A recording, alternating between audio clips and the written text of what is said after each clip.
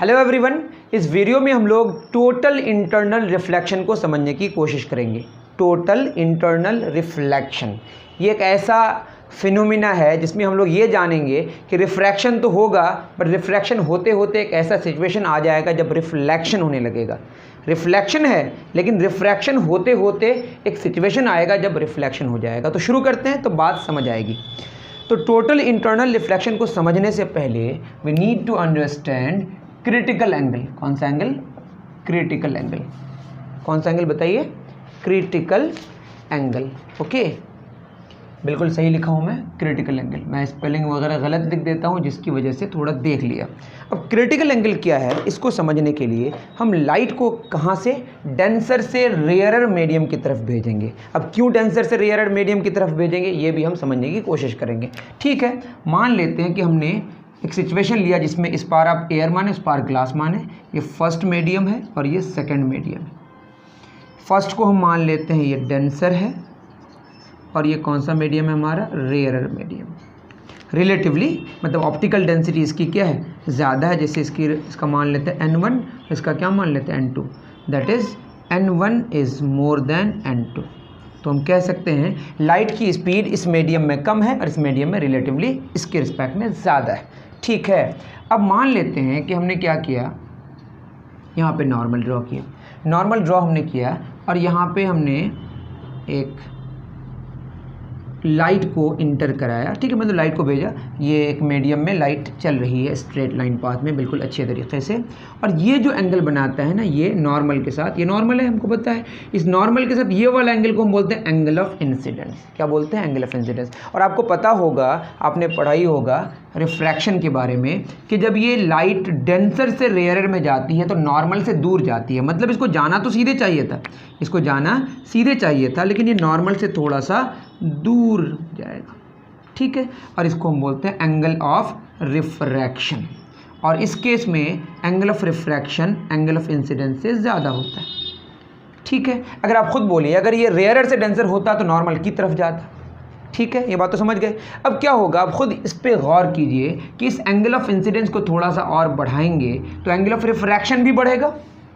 Angle of incidence हमको पता है ना, फॉर्मूला क्या होता है हमारा, वो Snell's law, n1 sin i is equal to क्या होगा, n2 sin r।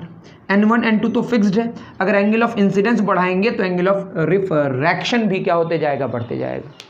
तो अब मैंने क्या किया कि लाइट को मैं डेंसर से रेयरर में भेजा, और अगर यहीं पे अगर हम क्या करते, रेयरर से डेंसर करते तो नॉर्मल की तरफ आता, और यहाँ पे नॉर्मल से दूर जा रहा है। मतलब ये जो बाउंड्री वाला सरफेस है, इस सरफेस के क्लोज होते जा रहा है।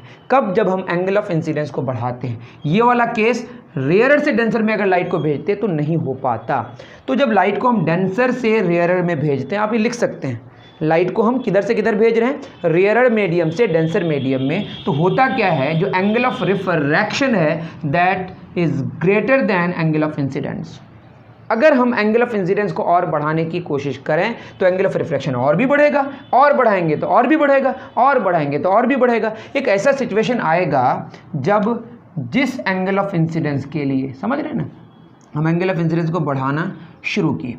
अब यहाँ पे हम, ये तो नॉर्मल है हमारा, ठीक है, अब ये एंगल ऑफ इंसिडेंस हमने बढ़ा दिया तो थोड़ा सा ऐसा कुछ होगा। दिस इज़, ये एंगल हमने बढ़ा दिया। अब अगर ये बढ़ाए तो बढ़ाने से क्या होगा, एंगल ऑफ रिफ्रैक्शन बढ़ेगा। तो बढ़ाते बढ़ाते एक ऐसा सिचुएशन आए जिसकी वजह से जो लाइट है, अब ये एंगल ऑफ रिफ्रैक्शन जो होगा ये कितना डिग्री हो जाए, 90 डिग्री। मेरी बात समझ पा रहे हो? कितना डिग्री? 90। तो अब बताइए, ये तो हमारा एंगल ऑफ, ये इंसिडेंट रे है और ये कौन सा रे? रिफ्रैक्टेड रे। तो रिफ्रैक्टेड रे नॉर्मल के साथ कितना एंगल बना रहा है? 90 डिग्री। इसको बोलते हैं ग्लैंस करना, glancing. I am sorry, glancing नहीं, ग्रेजिंग। ये जो ना ग्रेजिंग, आपकी किताब में लिखा GRAZE, तो वो कोई इंपॉर्टेंट बात नहीं। बात ये है कि मैं फिर कह रहा हूँ कि लाइट अगर डेंसर मीडियम से रेयरर में जाती है तो जो एंगल ऑफ रिफ्रैक्शन है वो बड़ा होता है एंगल ऑफ इंसिडेंस से। दैट इज़ जो हमारा नॉर्मल है उससे दूर चली जाती है। कौन सी रे? रिफ्रैक्टिव रे। समझ रहे हैं ना, रिफ्रैक्टिव रे नॉर्मल से क्या हो जाती है? दूर हो जाए। एंगल ऑफ इंसिडेंट रे, मैं क्या कह रहा हूँ कि लाइट जब डेंसर से रेयरर में जाती है तो जो रिफ्रैक्टेड रे है वो नॉर्मल से दूर हो जाती है, और जब एंगल ऑफ इंसिडेंस बढ़ाते हैं तो एंगल ऑफ रिफ्रैक्शन भी बढ़ता है। एक ऐसा केस आता है जिस एंगल ऑफ इंसिडेंस के लिए एंगल ऑफ रिफ्रैक्शन कितना हो जाता है 90 डिग्री, उस एंगल ऑफ इंसिडेंस को बोलते हैं हम क्रिटिकल एंगल। कौन सा angle?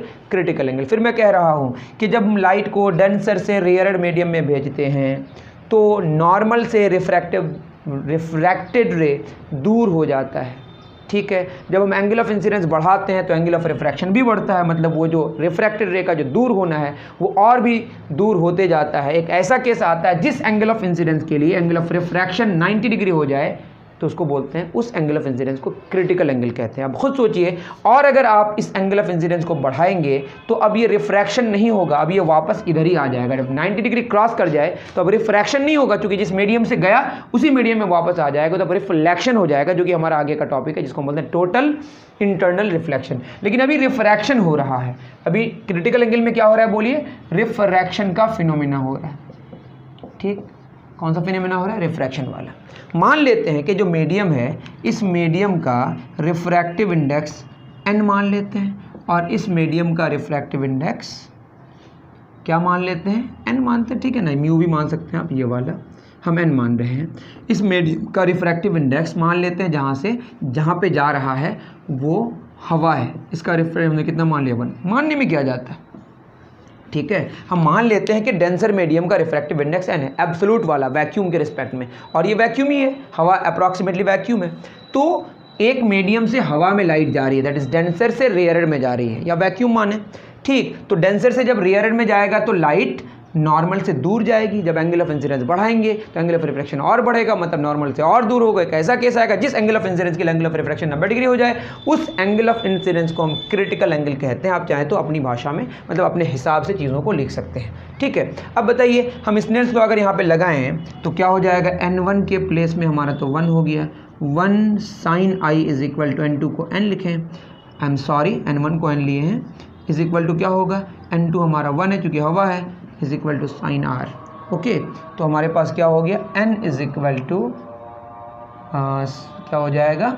Sign r by sine i, है ना, या हम क्या करें? Sine i divided by sine r is equal to 1 by n। इतना आप नोट डाउन करें, फिर आगे बढ़ते हैं। ओके, तो ठीक है, sine i by sine r कितना? 1 बाई n हो गया। अब हम क्या कर रहे हैं यहाँ पे, अब खुद देखिए, अगर हम i को क्या पुट कर दें? क्रिटिकल एंगल, तो क्रिटिकल एंगल ऑफ इंसिडेंस के लिए एंगल ऑफ रिफ्रैक्शन कितना हो जाता है? 90 डिग्री, वही पुट कर रहे हैं, is equal to 1 by n। अब देखिए, साइन c बटे साइन 90 डिग्री कितना हमारा? 1 is equal to 1 by n, तो हो जाएगा sine c is equal to 1 by n, या n is equal to 1 by sine c, ठीक है। तो ये तो हम वैक्यूम के रिस्पेक्ट में लिए, आप चाहें तो किसी और के भी मीडियम के रिस्पेक्ट में ले सकते हैं, ठीक है ना। तो बात ये हो गई कि लाइट जब डेंसर से रेयर में जाए तो जो रिफ्रैक्टेड रे है वो नॉर्मल से दूर जाती है, that is angle of refraction angle of incidence से ज़्यादा होता है। अगर हम एंगल ऑफ इंसिडेंस बढ़ाते हैं तो एक ऐसा केस आता है उस एंगल ऑफ इंसिडेंस के लिए जिसके लिए एंगल ऑफ रिफ्रैक्शन कितना डिग्री हो जाए? 90 डिग्री हो जाए। उस एंगल ऑफ इंसिडेंस को हम क्रिटिकल एंगल कहते हैं। उससे ज़्यादा होगा तो रिफ्रैक्शन नहीं होगा, फिर रिफ्लेक्शन होगा, जो कि हम लोग TIR में पढ़ेंगे, टोटल इंटरनल रिफ्लेक्शन में, ठीक है। तो ये सारी बातें हो गई, हमने यहाँ स्नेल्स लॉ अप्लाई किया जिससे हमारा n बराबर क्या आ गया? 1 बाई साइन c। यहाँ पे n क्या है? n is refractive index of denser medium. कौन सा वाला? एब्सोल्यूट वाला, that is with respect to air या वैक्यूम। लेकिन हमेशा वैक्यूम या एयर होगा, ये कोई ज़रूरी नहीं है। बस याद रहे कि डेंसर का रेयरर के रिस्पेक्ट में, डेंसर का रेयरर कितना आया? 1 बाई साइन c। अब खुद सोचिए कि n का वैल्यू जितना ज़्यादा होगा क्रिटिकल एंगल उतना क्या होगा? कम होगा। तो n का वैल्यू बढ़ते जाएगा तो इम्प्लाई कर रहा है क्रिटिकल एंगल घटते जाएगा। डायमंड के केस में n का वैल्यू बहुत ज़्यादा होता है तो उसका क्रिटिकल एंगल बहुत कम होता है। अब क्रिटिकल एंगल क्या होता है? जिस एंगल ऑफ इंसिडेंस के लिए एंगल ऑफ रिफ्रैक्शन कितना डिग्री हो जाए? 90 डिग्री हो जाए, जब लाइट डेंसर मीडियम से रेयरड मीडियम में जाए।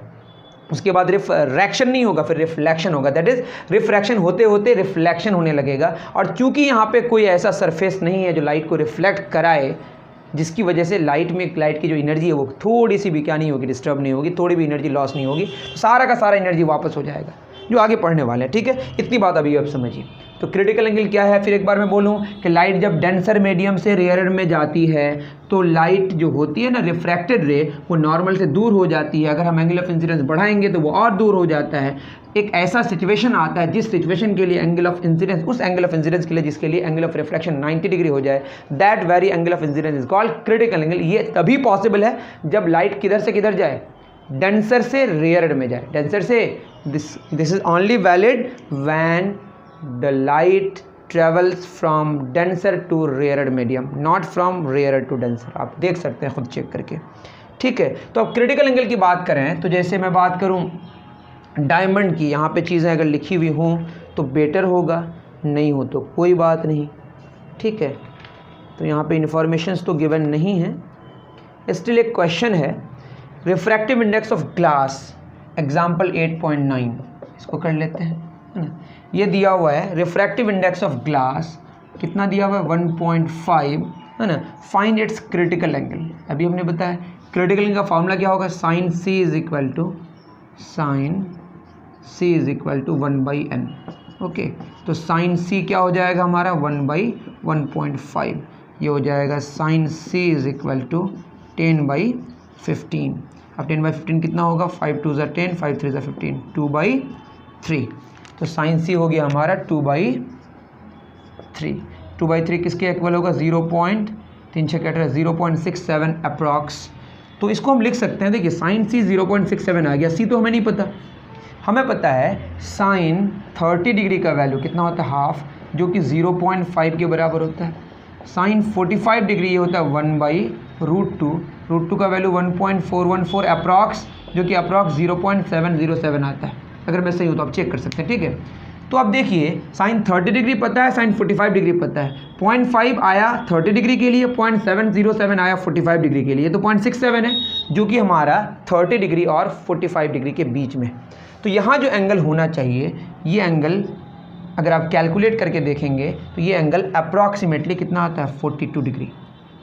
अब बोलिएगा सर 42 डिग्री 45 तो के तो ज़्यादा क्लोज है, तो ये देखिए ना 0.707 0.67 के ज़्यादा क्लोज है। या आप जानना चाहें तो ये आप साइन इन्वर्स, इसको ऐसे लिखा जाता है, C is equal to sine inverse 0.67।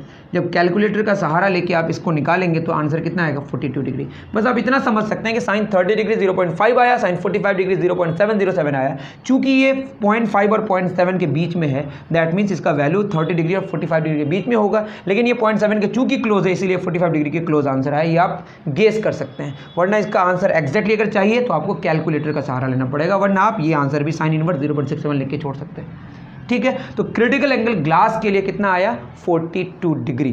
कितना आया, 42 डिग्री। क्लियर है। तो ये एग्जाम्पल मैंने बता दिया, ठीक है, बहुत अच्छी बात है। अब अगर हम इसकी बात करें डायमंड की, डायमंड का देख लेते हैं, बहुत कम होता है इसका। डायमंड का रिफ्रैक्टिव इंडेक्स 2.42 होता है, तो क्या हो जाएगा, sine C is equal to 1/n, है ना। तो sine C is equal to 1/2.42, that is 100/242, है ना, 100/242। ये 0.413 आ रहा है अप्रॉक्स। इसमें देखेंगे तो सी हो जाएगा साइन इनवर्स 0.413। ये आप खुद देखिए, साइन 30 डिग्री कितना होता है, 0.5, है ना। अब 30 डिग्री में तो 0.5 हो गया और ये आ रहा है 0.413, तो 30 डिग्री से तो कम होगा ना। तो ये जो वैल्यू आता है ये अप्रॉक्सीमेटली 24 डिग्री आता है। तो डायमंड के केस में जो क्रिटिकल एंगल है वो बहुत कम है, मतलब बहुत कम एंगल में ही वो क्रिटिकल एंगल शो करता है। मतलब 24 डिग्री के बाद अब रिफ्रैक्शन नहीं होगा, रिफ्लेक्शन होगा, ठीक है। उम्मीद है कि आप क्रिटिकल एंगल समझ पाए। नेक्स्ट हमारी जो बात होगी क्रिटिकल एंगल के बाद, वो बात होगी टोटल इंटरनल रिफ्लेक्शन की। तो टॉपिक लिखा जाए टोटल इंटरनल रिफ्लेक्शन।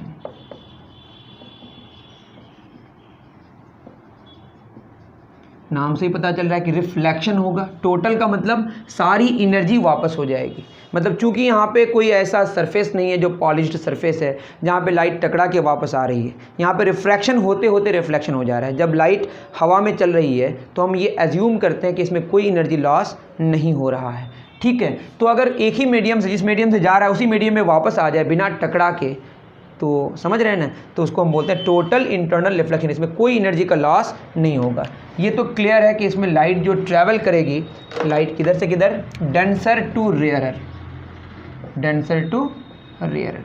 और अगर रिफ्लेक्शन होना है तो जो आई का वैल्यू है, एंगल ऑफ इंसिडेंस, इसको क्रिटिकल एंगल से ज़्यादा होना पड़ेगा। दीज आर द कंडीशंस कि लाइट को डेंसर से रेयरर में ट्रैवल करना है, डेंसर से रेयरर में जाना है। अगर रेयर से डेंसर करेंगे तो लाइट तो नॉर्मल के नज़दीक जाएगा, तो इस पार आने का कोई चांस ही नहीं बनता है। तो लाइट को डेंसर से रेयरर में, और angle of incidence critical angle से ज़्यादा होना चाहिए। खुद सोचिए कि हम अगर क्या करें, यहाँ पे एक फिगर बनाना शुरू करते हैं। ये तो आप उतार ही लिए होंगे, लाइट डेंसर से रेयरर, है ना। लाइट हमारा क्या हो रहा है बताइए, डेंसर से रेयरर। ये हमारा डेंसर मीडियम है और ये कौन सा मीडियम है, रेयरर मीडियम। ठीक, ये एंगल ऑफ इंसिडेंस है और ये एंगल ऑफ रिफ्रैक्शन है। ठीक, देखिए angle of refraction angle of incidence से ज़्यादा है, नॉर्मल से दूर भाग रही है लाइट, थोड़ा समझ में आए, है ना। अब अगर हम एंगल ऑफ इंसिडेंस बढ़ाए, फिर वही काली कहानी, तो क्या होगा, एक सिचुएशन आएगा जिसके लिए जिस एंगल ऑफ इंसिडेंस के लिए, एंगल ऑफ इंसिडेंस हम क्या कर रहे हैं, बढ़ा रहे हैं, है ना। तो बढ़ाते बढ़ाते ये अगर क्रिटिकल एंगल ले लें, तब ये जो होगा, ये अब रिफ्रैक्शन वाला जो एंगल है वो कितना डिग्री हो जाएगा, 90 डिग्री। अब इससे अगर ज़्यादा करें तो क्या होगा, अब इससे भी क्या करें, ज़्यादा करें। तो यहाँ पे हम क्या कर रहे हैं, एक नॉर्मल ड्रॉ कर रहे हैं। ठीक, अब अगर ये आई का वैल्यू सी से ज़्यादा, ये आई का वैल्यू, ये आई है ना, ये आई है जो कि किससे बड़ा है, सी से बड़ा है। अगर ऐसा हो जाए तो अब ये जो भी है ना, इस आई को हम क्या मान लेते हैं, आई समथिंग, आई नॉट मान लेते हैं, या कुछ भी मान सकते हैं, आई डैश मान लेते हैं। ठीक है, ये जो आई डैश है ये क्रिटिकल एंगल से ज़्यादा है, समझ रहे हैं, ये जो भी एंगल है वो क्रिटिकल से ज़्यादा है। तो क्या होगा, या इसको हम एक्स मान लेते हैं। ठीक, तो ये x किससे ज़्यादा है, सी से ज़्यादा है। तो अब क्या होगा, अब खुद बताइए, रिफ्रैक्शन नहीं होगा, क्या होगा, रिफ्लेक्शन होगा। लाइट वापस इसी मीडियम में आ गया। जब लाइट जिस मीडियम से जाके उसी मीडियम में वापस आ जाए, सरफेस से टकराया नहीं, यहाँ पे कुछ और बात हुई, तो यहाँ पे हो तो रिफ्लेक्शन रहा है ना, तो ये भी एंगल क्या होगा, x होगा। अब तक एंगल ऑफ इंसिडेंस और एंगल ऑफ रिफ्लेक्शन बराबर नहीं था, अब एंगल ऑफ इंसिडेंस और एंगल ऑफ रिफ्लेक्शन बराबर है। तो यहाँ जो हो रहा है, जब एंगल ऑफ इंसिडेंस को हम क्रिटिकल एंगल से भी ज़्यादा कर दें तो रिफ्लेक्शन नहीं हो रहा है, अब क्या हो रहा है, रिफ्लेक्शन हो रहा है। और रिफ्लेक्शन में एंगल ऑफ इंसिडेंस और एंगल ऑफ रिफ्लेक्शन आपस में क्या होता है, बराबर होता है। मेरी बात आप समझ पा रहे हैं।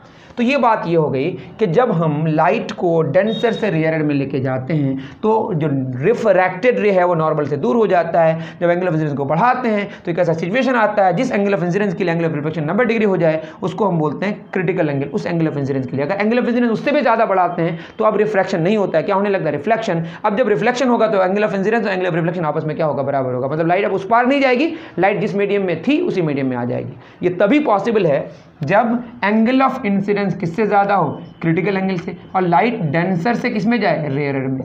ये हमारे कंडीशंस। अब डिपेंड करता है डेंसर और रेयरर में कि किस तरह का डेंसर रेयरर है, उसके रिस्पेक्ट पे उसके हिसाब से बात होगी कि कितने एंगल ऑफ इंसिडेंस को क्रॉस करे जिससे वो रिफ्लेक्ट करने लगे, रिफ्रैक्ट ना करे। तो ये सिचुएशन को हम क्या बोलते हैं, टोटल इंटरनल रिफ्लेक्शन। यहाँ पे क्या हो रहा है, रिफ्रैक्शन, यहाँ पे भी क्या हो रहा है, रिफ्रैक्शन, और यहाँ पे क्या हो रहा है, रिफ्लेक्शन, रिफ्रैक्शन, रिफ्रैक्शन, और यहाँ पे क्या हो रहा है, रिफ्लेक्शन।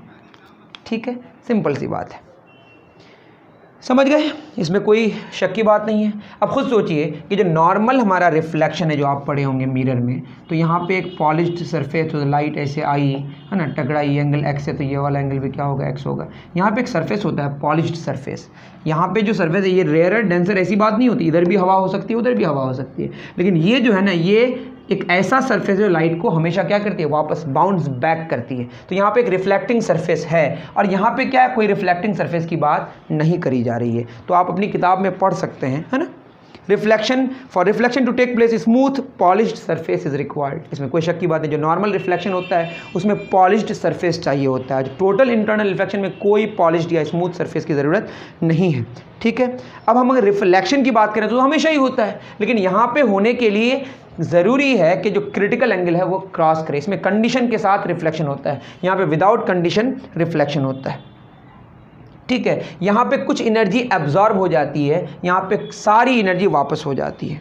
ठीक है, इसलिए इसका नाम है टोटल इंटरनल रिफ्लेक्शन। तो डायमंड के केस में क्या होता है, डायमंड की बनावट इस तरह से करी जाती है, डायमंड का रिफ्रैक्टिव इंडेक्स आप देखें 2.42, उसके रिस्पेक्ट में जो उसका एंगल ऑफ क्रिटिकल एंगल आया वो 24 डिग्री आया। तो जब लाइट अंदर चली जाती है किसके, डायमंड के अंदर, और उसका शेप ऐसा बनाया जाता है कि जब वो वहाँ से बाहर निकलने की कोशिश करती है, कौन, लाइट, तो वो 24 डिग्री अगर क्रॉस कर जाए, that is critical angle cross कर जाता है, तो लाइट घूम के अंदर ही रह जाती है। समझ रहे हैं? तो TIR की वजह से लाइट डायमंड के अंदर अगर चली गई तो उसी के अंदर रह जाती है, क्योंकि जब डायमंड से जो लाइट होती है वो अगर बाहर निकलने की कोशिश करे हवा में, तो डायमंड से हवा में जब आएगी तो डेंसर से रेयर में आएगी, और जब डेंसर से रेयर में आता है तो ख़तरा किसका है, क्रिटिकल एंगल को क्रॉस करने का। अगर ऐसा होता है तो TIR होगा, और TIR की वजह से लाइट अंदर ही रह जाती है, और कभी कभी फिर बाहर निकलती है अगर TIR से कम रहता है एंगल ऑफ इंसिडेंस। तो समझ रहे हैं, I am sorry, critical angle से कम रहता है तो उस केस में बाहर आके हमारी आँखों को, वो फिर जब आती है हमारी आँखों में तो वो ब्रिलियंस, उसका जो चमकना है वो हमको दिखाई पड़ता है। ठीक है, तो ये कहानी हो गई किसकी, डायमंड की। उसके बाद आता है मिराज, एक फिनोमेना है। ये समझ गए आप, क्रिटिकल टोटल इंटरनल रिफ्लेक्शन में कोई कैलकुलेशन नहीं है, बस इसको समझना था कि लाइट जब डेंसर से रेयरड मीडियम में जाती है तो जो रिफ्रैक्टेड रे है वो नॉर्मल से दूर हो जाती है, और जब एंगल ऑफ इंसिडेंस बढ़ाते हैं दूर होना और दूर हो जाता है। एक ऐसा केस आता है जिसमें एंगल ऑफ रिफ्रैक्शन 90 डिग्री हो जाता है, उस एंगल ऑफ इंसिडेंस के लिए जिसके लिए ऐसा हुआ उसको क्रिटिकल एंगल कहते हैं, उसको भी क्रॉस कर जाए तो अब रिफ्रैक्शन नहीं होता, अब रिफ्लेक्शन होता है, इसी को हम टोटल इंटरनल रिफ्लेक्शन कहते हैं, जो कि डायमंड में इस्तेमाल होता है। इसके बाद इसमें होता है मिराज। क्या होता है, मिराज। और भी फिनोमेना है इसमें, सिंकिंग है, ये है वो है। अब ये मिराज समझिए, अक्सर क्या होता है ना कि जो सड़कों में है ना, ये सड़क है आपकी और यहाँ पे एक पेड़ है, मान लेते हैं, बहुत ही ख़राब फिगर हो सकता है हमारा, डोंट वरी, मान लेते हैं पेड़, अरे कैसा भी पेड़ है, कुछ भी है यहाँ पे खड़ा, है ना, ये सड़क है हमारा। यहाँ पे आपको कभी कभी लगता है कि आगे सड़क में पानी है या मिरर जैसा कुछ फील आता है। ऐसा क्यों होता है? जो समर डेज है ना या हॉट डेज में, गर्मी के दिनों में, अगर ऐसा हो, जैसा भी हो ना, कोई सिचुएशन ऐसा हुआ कि टेम्परेचर जो होता है ना, गर्मी के दिनों में ऐसा होता है, वैसे टेम्परेचर ऊपर से नीचे की तरफ अगर आप आए तो टेम्परेचर बढ़ता है, टेम्परेचर बढ़ता है, ठीक है, ऊपर से नीचे में टेम्परेचर बढ़ता है, ऊपर से नीचे टेम्परेचर इंक्रीजिंग, समझ रहे हैं, ऊपर से जब नीचे आ रहा है टेम्परेचर बढ़ रहा है। तो टेम्परेचर बढ़ने से क्या होता है कि जो मटेरियल्स है ना, मटेरियल के जो मतलब जो मीडियम है उसके जो पार्टिकल्स हैं वो दूर दूर हो जाते हैं, तो मास वाली जो डेंसिटी है वो घट जाती है, और साथ में यहाँ पे ऑप्टिकल डेंसिटी भी घट जाती है। ये आप मान लें, दोनों अलग अलग चीज़ है। ऑप्टिकल डेंसिटी घटने का मतलब है कि स्पीड बढ़ जाएगी लाइट की। तो टेम्परेचर जब नीचे आते तो टेम्परेचर बढ़ते जाता है, और साथ में ये इम्प्लाई करता है, वैसे ज़रूरी नहीं ऐसा होना, लेकिन ऐसा हो रहा है कि जो रिफ्रैक्टिव इंडेक्स है वो घट जाता है। मतलब लाइट की स्पीड की अगर हम बात करें, स्पीड ऑफ लाइट है ये, है ना, वो क्या हो जाती है, बढ़ जाती है। ठीक है, तो अगर ऊपर जाएं तो क्या होगा, समझ रहे हैं ना, ऊपर जाने से, जब नीचे आने से डेंसिटी, ऑप्टिकल डेंसिटी क्या होती जाती है, नीचे आने से ऑप्टिकल डेंसिटी घटती जा रही है, तो ऊपर जाने से ऑप्टिकल डेंसिटी क्या होती जाएगी, बढ़ती जाएगी। आप यूँ समझें कि ऊपर से नीचे आने से, है ना, ऑप्टिकल डेंसिटी बढ़ रही है, ऊपर से नीचे आने से ऑप्टिकल डेंसिटी बढ़ रही है। अब खुद सोचिए, जब हवा की बात करें, हवा को तो मानते हैं एक मीडियम है, वैसे हम वैक्यूम अप्रॉक्सीमेटली मानते हैं, लेकिन ऐसा नहीं है एक्चुअल में, प्रैक्टिकली रियल में अगर आप देखेंगे तो ऊपर से नीचे आने से हवा की भी डेंसिटी बदलती है, ऑप्टिकल वाली, मतलब हवा में भी हर जगह लाइट की स्पीड सेम नहीं है। ऐसा पाया गया है गर्मी के दिनों में कि ऊपर से जब नीचे आते हैं तो लाइट की स्पीड बढ़ते जाती है, मतलब लाइट डेंसर से रेयरर में आती है। तो लाइट किस में आती है बताइए, डेंसर से रेयरर में। तो ऊपर से नीचे आने से क्या होगा, डेंसर टू रेयरर, और ये लगातार चेंज होता है। लेकिन अप्रॉक्सीमेटली इसको अगर कई लेयर्स में बांट दें, ठीक है, तो लाइट आ रही है ना, ये मान लो एक लेयर है, दूसरा लेयर है, लाइट आ रही है ना, लाइट यहाँ से निकली तो यहाँ पे टकराएगी, है ना, तो क्या होगा, यहाँ पे नॉर्मल ड्रॉ करना पड़ेगा, चूँकि डेंसर से रेयरर में आ रही है। देखिए लाइट डेंसर से रेयरर में आ रही है तो क्या होगा, नॉर्मल से दूर भागेगी। तो यहाँ पे एक लेयर और बना दें तो क्या होगा, यहाँ पे जो क्रिटिकल, ये देख रहे हैं ना एंगल ऑफ इंसिडेंस, ये भी हमारा एंगल ऑफ इंसिडेंस अलग अलग है सारा, अब ये नॉर्मल से और दूर भागेगी। अब आप खुद सोचिए, जब नॉर्मल से दूर भाग रहा है तो ये जो एंगल है, ये वाला एंगल ऑफ इंसिडेंस, ये बढ़ते जाएगा ना। यहाँ पे अगर हम एक और ड्रॉ करें, ये वाला एंगल बढ़ते जा रहा है। तो जब अलग अलग लेयर्स में भी अगर इसको बांट दें, ये अलग अलग बाउंड्री करके हमने बना दिया कि ये एक अलग मीडियम है, एक अलग मीडियम है, एक अलग मीडियम है, तो मीडियम के मतलब समझ रहे हैं ना, वैसे मीडियम लगातार चेंज होगा, लेकिन हम मान लेते हैं अप्रॉक्सीमेटली कि इतना एक सेम मीडियम रहा। अब खुद देखिए एंगल ऑफ इंसिडेंस धीरे धीरे क्या हो रहा है, बढ़ रहा है। तो एंगल ऑफ इंसिडेंस जब बढ़ेगा तो खतरा क्या है, और लाइट डेंसर से रेयर में आ रही है, खतरा यह है कि कोई ऐसा सिचुएशन आ जाए जिसमें आके रिफ्रैक्शन ना हो, क्या हो, रिफ्लेक्शन हो। ठीक है, अब आगे जाके मान लेते हैं कहीं पे, यहाँ पे है ना, तो कहीं पे भी यही मान लेते हैं, क्या हो गया, लाइट ऐसे गई और यहाँ पे हमने ड्रॉ किया, यहाँ पे जो ये वाला एंगल है ये क्रिटिकल एंगल को क्रॉस कर गया। तो जब क्रॉस कर जाएगा तो अब इस पार लाइट नहीं आएगी, इस पार नहीं आएगी, लाइट उधर चली जाएगी, तो रिफ्लेक्ट होकर उधर ही जाएगी। तो इसका जो इमेज है हमको कहीं यहाँ पे दिखाई पड़ेगा। वैसे यहाँ इसका क्या बनेगा, जो रिफ्लेक्टिंग सरफेस जैसा ये बिहेव करेगा ये वाला बिहेव करेगा। वॉट एवर, अभी आप इतना समझिए, मैं फिर कह रहा हूँ। देखिए लाइट जब डेंसर से रेयर में आ रही है तो साथ में हमारा एंगल ऑफ इंसिडेंस क्या हो रहा है, बढ़ रहा है।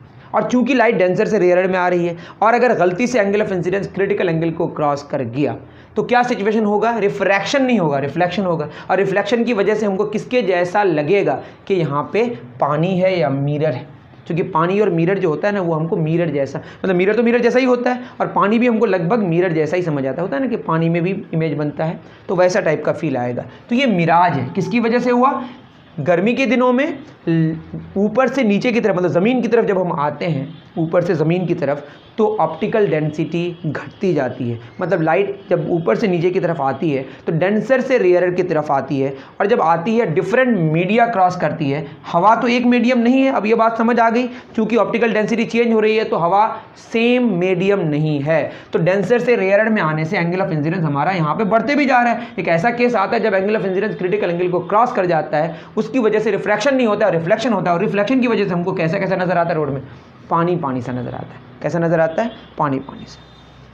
ये आप अपनी किताब में अच्छे से देख सकते हैं, ये सारी बातें अच्छे से डिस्कशन की गई। ठीक है, तो ये मिराज एक्चुअली एक ऑप्टिकल इल्यूजन है। वो किसकी वजह से होता है, टोटल इंटरनल रिफ्लेक्शन की वजह से।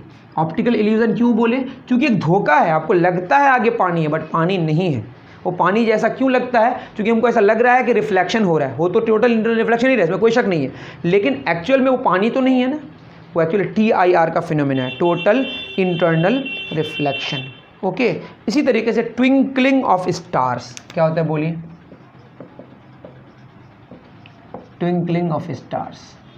अब देखिए स्टार रिलेटिवली हमारे से तो बहुत दूर है ना, है तो बहुत बड़ा लेकिन बहुत छोटा होता है हमारे रिस्पेक्ट में, डिस्टेंस के हिसाब से। अब खुद सोचिए ये वाला बोर्ड है, इतना बड़ा बोर्ड है, अब नज़दीक में आके इसको अगर हम थोड़ा सा अगर हिलाएं भी, इधर उधर करें, तो हमको ऐसा लगेगा कि हिल ही नहीं रहा है। क्यों, क्योंकि हम इतना नज़दीक आके देख रहे हैं कि हमको बात ही नहीं समझ आ रही है कि हिलना डुलना कर रहा है या नहीं कर रहा है। तो बहुत बड़े ऑब्जेक्ट को बहुत नज़दीक से आके देखेंगे और उसको हिलाएंगे तो उसका हिलना फील नहीं होता, मतलब हमको पता नहीं चलेगा कि आगे पीछे हो रहा है या नहीं हो रहा है। इसी को अगर हम 500 मीटर दूर से देखें तो ऐसा लगेगा कि दूर आगे पीछे हो रहा है। ठीक है, तो जो चीज़ दूर से हिलना डुलना करता है तो वो समझ आता है, समझ गए। तो आप समझ गए, प्लैनेट तो हमसे नज़दीक है but stars are very far from us, है ना। तो प्लैनेट चूंकि नज़दीक है तो वो तो बड़ा है, तो हिलना डुलना करता भी है, तो वो ट्विंकलिंग इफेक्ट हमें नहीं नज़र आता। स्टार ही में क्यों नज़र आता है, क्योंकि स्टार दूर है और हमारे रिस्पेक्ट में वो बहुत छोटा है। ठीक है, तो स्टार क्या है ना, कि अब स्टार्स की बात करें, वहाँ से जो रोशनी निकलती है, स्टार से जो रोशनी निकली वो हमारी आंखों में जो पहुँचती है, डायरेक्ट तो पहुँचती नहीं है, बीच में मल्टीपल रिफ्रैक्शंस होते हैं। क्या होते हैं, और रिफ्रैक्शंस की वजह से, और चूंकि ये जो मीडियम है टेम्परेचर की वजह से उसका ऑप्टिकल डेंसिटी बीच में बदलते रहता है, जिसकी वजह से एटमॉस्फेरिक रिफ्रैक्शन होता है। और इस रिफ्रैक्शन की वजह से वो, चूंकि हमारी आंखों को जो चीज़ दिखती है वो तो सीधे दिखती है ना, समझ रहे हैं। तो चूंकि जैसे रोशनी तो टकरा टकरा के ऐसे वैसे जैसे भी आती है ना, देखेंगे आप कहाँ पे, जैसे मैं अगर बात करूँ, यहाँ पे हमारा स्टार है, यहाँ पे ये वाला ओरिजिनल स्टार है ना, ये ओरिजिनल है और हमको दिखता है यहाँ पे, हम यहाँ पे खड़े हैं, ये होना चाहिए लेकिन होता ये वाला है। क्यों, चूँकि रिफ्रैक्शन की वजह से लाइट टकरा के किस तरीके से आएगी हमको तो सीधे ना नज़र आएगा, समझ रहे हैं मेरी बात। तो और चूँकि ये छोटा है और इसकी वजह से इसका शिफ्टिंग भी हमें समझ आता है। ठीक है, और क्या होता है ना कि हमारी आंखों में रोशनी कितनी आएगी, अब डिपेंड करता है बीच में कुछ ऐसे मीडियम है, मीडियम की वजह से क्या होगा, लाइट एब्जॉर्ब भी हो सकता है ना। अब अगर कभी ज़्यादा एब्जॉर्ब हो गया तो कम रोशनी हमारी आंखों में आएगी, ज़्यादा एब्जॉर्ब हो गया तो ज़्यादा रोशनी आएगी। तो कम ज़्यादा होने की वजह से जो लाइट कभी डिम हो रहा है और कभी ब्राइट हो रहा है, तो ब्राइट और डिम का भी इफेक्ट है और साथ में शिफ्टिंग का भी इफेक्ट है। इसी को बोलते हैं ट्विंकलिंग ऑफ स्टार्स। ये किसकी वजह से होता है, एटमॉस्फेरिक रिफ्रैक्शन और एटमॉस्फेयर में जो एब्जॉर्प्शन है इन चीज़ों की वजह से होता है।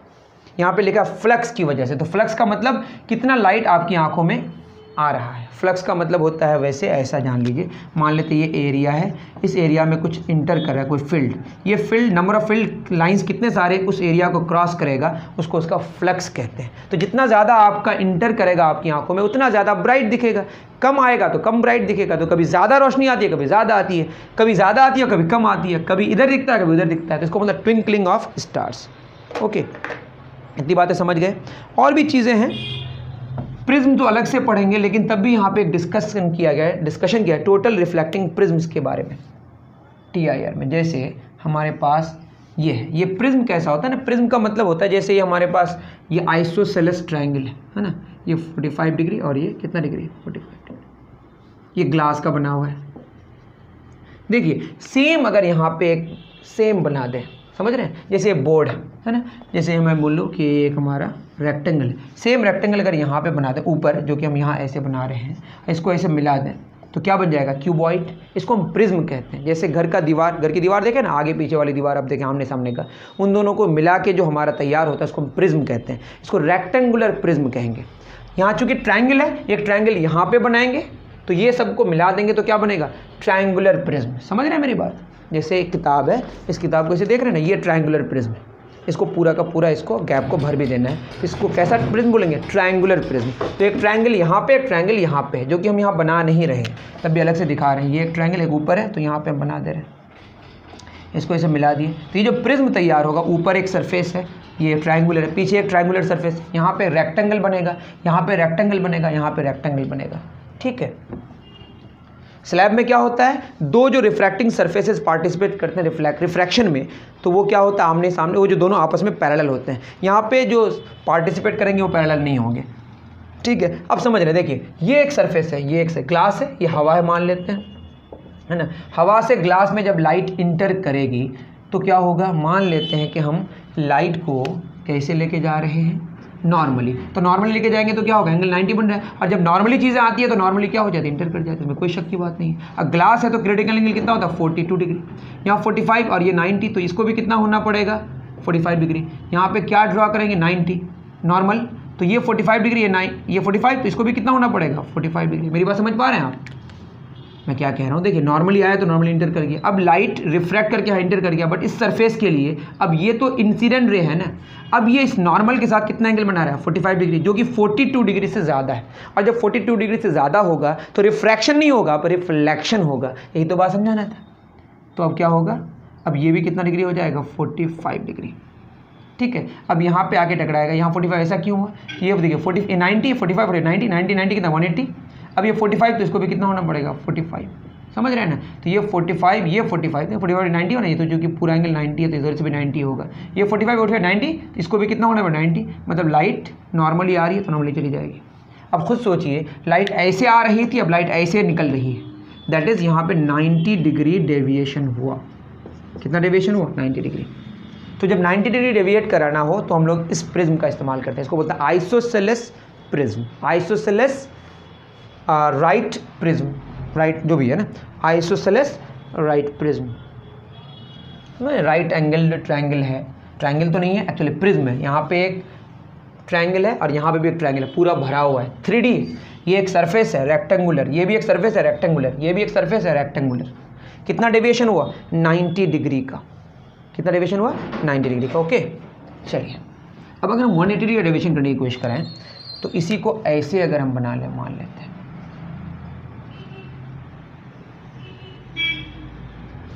यहाँ पे कितना डिग्री, 90 डिग्री, यहाँ पे वैसे ही बना हुआ है। ठीक है, और ये कितना डिग्री है, 45 डिग्री, ये भी कितना डिग्री है, 45 डिग्री।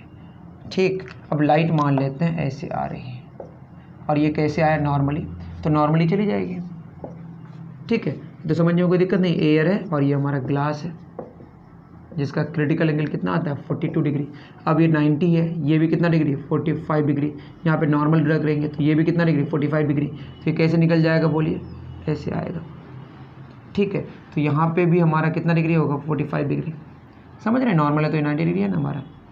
अब ये 90, तो ये 90 पूरा है तो इसको भी कितना होना पड़ेगा 45, तो इसको कितना होना पड़ेगा 45 डिग्री। तो यहाँ पे क्या ड्रा करना पड़ेगा नॉर्मल, तो ये 45 डिग्री है तो इसको भी कितना होना पड़ेगा 45, तो 90 होगा। अब ये जो आया टकराया, फिर एंगल कितना बना 45 डिग्री नॉर्मल के साथ, मतलब angle of incidence 42 degree cross कर गया। फिर क्या होगा, रिफ्रैक्शन नहीं होगा, रिफ्लेक्शन होगा, तो ये ऐसे आएगा। फिर वही कहानी, ये 45 डिग्री आगे सब कर सकते हैं, नॉर्मली आएगा, नॉर्मली वापस चला गया, ठीक है। तो मैं फिर कह रहा हूँ, एयर से जब ग्लास में जा रहा है तो नॉर्मली आ रहा है, नॉर्मली चला गया। यहाँ पे आके जब इंसिडेंट किया तो देखा ये गया कि 45 डिग्री एंगल ऑफ इंसिडेंस हो गया, तो अब 42 डिग्री क्योंकि वो क्रॉस कर गया, जिसकी वजह से अब क्रिटिकल एंगल क्रॉस कर गया, तो रिफ्रैक्शन होता उस पार जाके, उस पार नहीं जा रहा। क्यों नहीं जा रहा है, क्योंकि अब ये क्रिटिकल एंगल क्रॉस कर गया, 45 degree is greater than 42 degree, तो रिफ्लेक्शन ही होने लगा। फिर यहाँ के फिर रिफ्लेक्शन हुआ, फिर यहाँ के फिर रिफ्लेक्शन हुआ। तो पहले हुआ रिफ्रैक्शन, फिर हुआ रिफ्लेक्शन, फिर हुआ रिफ्लेक्शन, फिर हुआ रिफ्लेक्शन। अब बताइए, ये ऐसे जा रहा है, ये ऐसे आ रहा है, 180 डिग्री डेविएशन हो गया, 180 डिग्री डेविएशन। इस तरह से नो डेविएशन वाला भी है कि वो आप ट्राई कर सकते हैं घर पे, सारा मैं ही बता दूं तो कैसे होगा। ये बात समझ गए ना, डन, ओके। अब पेरिस्कोप का इस्तेमाल आप किए होंगे, जो कि मिरर का इस्तेमाल करके किए होंगे। यहाँ पे किसका इस्तेमाल करके किया गया है, उसी का किसका, प्रिज्म का, ठीक। एक प्रिज्म यहाँ पे है और एक प्रिज्म यहाँ पे है। ये पेरिस्कोप है रिफ्रैक्टिंग नेचर का, मतलब यहाँ पे भी एक हमारा आइसोसेलेस वही 45 डिग्री वाला, यहाँ 45 डिग्री, यहाँ 90 डिग्री, और यहाँ पे भी क्या होगा 45 डिग्री। यहाँ कितना डिग्री हमारा 45 डिग्री, ये 90 डिग्री और ये 45 डिग्री। अब लाइट अगर इस तरह से आए, मान लेते आया, नॉर्मली आया तो नॉर्मली चला जाएगा, इसमें कोई शक की बात नहीं है। सेम वही कहानी, यहाँ पे ऐसे ड्रॉ करेंगे तो ये ऐसे आएगा, है ना, समझ रहे हैं। यहाँ पे ये कितना डिग्री 45 डिग्री क्रॉस कर गया, 42 डिग्री, ये भी कितना डिग्री होगा 45 डिग्री, ये नॉर्मली आएगा, फिर नॉर्मली चला जाएगा, फिर यहाँ पे नॉर्मली आएगा, ठीक है, नॉर्मली चला जाएगा, समझ रहे हैं मेरी बात। फिर उसके बाद क्या हो जाएगा, यहाँ पे आने के बाद फिर यहाँ पे नॉर्मल ड्रॉ करेंगे हम लोग, ये कितना डिग्री होगा 45 डिग्री, तो ये ऐसे ना होकर फिर ऐसे चला जाएगा, ठीक है। तो यहाँ वाली चीज़ें यहाँ पर आ गई, यहाँ पर कोई आराम से इसको देख सकता है, समझे मेरी बात। तो ये पेरिस्कोप जैसा बिहेव किया, तो ये एक फिगर था, मैंने बता दिया। इसका बहुत सारा यूज़ है ना। फिर आते हैं ऑप्टिकल फाइबर्स में, ये बस डिस्कशन करने के लिए, ऑप्टिकल फाइबर्स और लाइट पाइप्स। ऑप्टिकल फाइबर्स, तो ऑप्टिकल फाइबर क्या होता है ना, ये बहुत यूज़फुल चीज़ है, बहुत इंपॉर्टेंट है ना। तो ऑप्टिकल फाइबर में क्या होता है कि यहाँ पे भी इस तरह से सिचुएशन क्रिएट होता है कि यहाँ पे TIR का फिनोमेना होता है। कौन सा, इसके पाइप में, इसके जो पाइप है हमारा, कुछ मान लेते हैं ये हमारा पाइप है, इस पाइप में लाइट अगर इंटर कर गई, लाइट इंटर करने के बाद इसका सिचुएशन को इस तरीके से बनाया, मतलब ये इस तरह का होता है कि डेंसर से लाइट रेयर में जाने की कोशिश करता है और angle of incidence critical angle cross होते रहता है। दैट इज़ रिफ्रैक्शन ना होकर रिफ्लेक्शन होता है, और रिफ्लेक्शन इसलिए चाहिए होता है क्योंकि हमको लाइट को आगे, ऐसा नहीं कि उधर चला जाए, लाइट वापस यहाँ पे आके ऐसे आए, यहाँ टकरा कैसे टकराए। अब क्योंकि पाइप से चलेगा तो लाइट तो टकराएगी ना, जो भी एनर्जी है वो टकरा के आगे जाएगी। बट टकराने की वजह से अगर ओरिजिनल रिफ्लेक्शन हो, जो होता था पहले, वो रिफ्लेक्शन हो तो क्या हो, एनर्जी लॉस होने का खतरा था। चूंकि TIR हो रहा है तो यहाँ पे कोई एनर्जी का लॉस नहीं होगा। तो ऑप्टिकल फाइबर में बस रिफ्लेक्शन ही हो रहा है, लेकिन कौन सा रिफ्लेक्शन हो रहा है, टोटल इंटरनल रिफ्लेक्शन, जिससे हमारी एनर्जी जितनी अंदर गई थी सारी एनर्जी वापस यहाँ पे आ जाती है, वापस नहीं आती है, इधर से निकल जाती है। तो ऑप्टिकल फाइबर का इस्तेमाल हम जो करते हैं वो किसके लिए करते हैं, कम्युनिकेशन के लिए, और भी बहुत सारी चीज़ों के लिए इस्तेमाल करते हैं, जहाँ पे एनर्जी का लॉस बहुत इंपॉर्टेंट रोल अदा करता है। मतलब एनर्जी का लॉस नहीं होना बहुत इंपॉर्टेंट रोल अदा करे। कहीं आवाज़ को हमको लेके आना है, किसी साउंड को, मतलब वो कम्युनिकेट करना है, और वो आवाज़ बहुत डिम आवाज़ है, बहुत ही धीरे कोई आवाज़ बोला है, तो उस आवाज़ को एग्जैक्टली लेके आने के लिए वो एनर्जी, उसमें अगर लॉस हो जाए तो वो तो ख़त्म हो जाएगा ना। तो कभी अगर कम्युनिकेशन हो, बहुत ही सेंसिटिव इन्फॉर्मेशन को लेके आना हो, जिस इन्फॉर्मेशन को एग्जैक्टली लेके आना है, तो वहाँ पर हम किसका इस्तेमाल करते हैं, ऑप्टिकल फाइबर्स का। तो ये सारी चीज़ें थी। उम्मीद करता हूँ कि आपको टोटल इंटरनल रिफ्लेक्शन क्लियर होगा। मिलते हैं फिर नेक्स्ट वीडियो में। Thank you very much.